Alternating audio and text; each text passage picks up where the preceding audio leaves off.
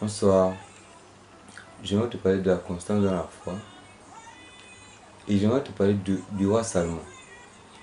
La Bible dit qu'en fait, Salomon était le fils du roi David. David qui était lui l'homme selon le cœur de Dieu. Et que Salomon, en grandissant auprès de David, il a reçu l'enseignement de la marche avec Dieu. Il a reçu les secrets de comment prospérer avec le Seigneur. La Bible dit que lorsque ce dernier va devenir roi, c'est-à-dire Salomon, il sera visité 2 fois par Dieu. Et Dieu va lui donner, va faire de lui l'homme le plus sage de toute la terre. Dieu va faire de lui l'homme le plus riche du monde. Il va faire en sorte que Salomon ait un règne sans guerre. Et Dieu va activer plein de faveurs dans la vie de Salomon. Et il va expérimenter plein de choses avec Dieu.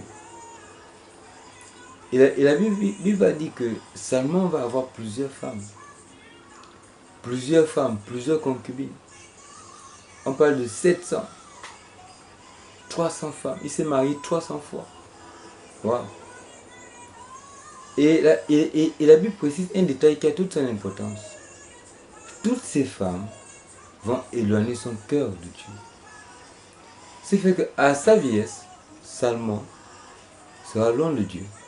Il va mourir loin de Dieu. À sa vieillesse, le royaume va entrer en guerre. À sa vieillesse, à sa mort, le royaume sera divisé en deux. Et peut-être que tu es là, tu as grandi dans une famille chrétienne. Ton père est pasteur, ta mère est pasteur, bien tes 2 parents sont des chrétiens, bien tu as grandi dans une famille chrétienne où on t'a enseigné la prière, où on t'a enseigné la marche avec Dieu et tu as expérimenté des choses avec Dieu. Et peut-être que tu t'es converti depuis et tu as expérimenté des choses waouh avec Dieu, des choses extraordinaires. Dieu t'a montré des visions, tu as vu des anges, Dieu t'a utilisé pour guérir les malades. Dieu t'a utilisé pour sauver des âmes. Et tu as expérimenté des choses extraordinaires avec Dieu. Mais à cause d'une mauvaise fréquentation, à cause d'une mauvaise habitude que tu as commencé à avoir, à cause du fait que tu passais déjà un peu plus de temps sur Internet, à cause du fait que tu as commencé à suivre un peu trop la télé, à cause du fait que tu as commencé à fréquenter un certain endroit où certaines personnes, ta foi a affaibli. Tes moments d'intimité avec Dieu ont diminué. Ton rapport de puissance avec Dieu a diminué. Les manifestations de la grâce de Dieu dans ta vie ont diminué. Et aujourd'hui, tu te retrouves dans une situation où ta vie de prière est quasiment nulle. Ta vie de méditation de la parole est quasiment nulle. Ta vie d'exploit avec Dieu est quasiment nulle. Et tu ne vis que des reliquats de ton ancienne vie. Tu vis comme un chrétien lambda. Tu vis comme une personne lambda, toi, que Dieu a utilisé puissamment. Toi qui as vécu des choses extraordinaires avec Dieu. Aujourd'hui, tu es réduit à un néant, à la vie d'un chrétien lambda. Le fait que tu regardes cette vidéo veut dire que Dieu n'a pas fini avec toi.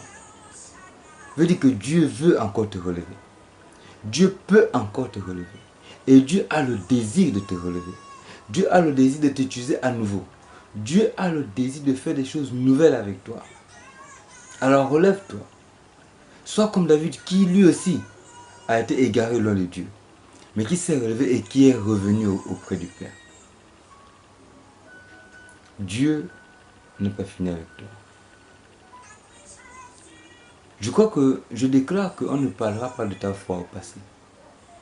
On ne parlera pas de tes exploits avec Dieu au passé. On ne dira pas que tu étais un ancien chrétien. Ou bien que tu étais une ancienne chrétienne.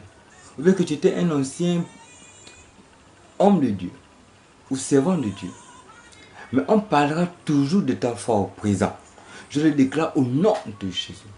Que tout ce qui a disparu dans ta vie à cause du péché, à cause de mauvaises fréquentations, je restaure cela maintenant au nom de Jésus. Que la foi renaisse maintenant.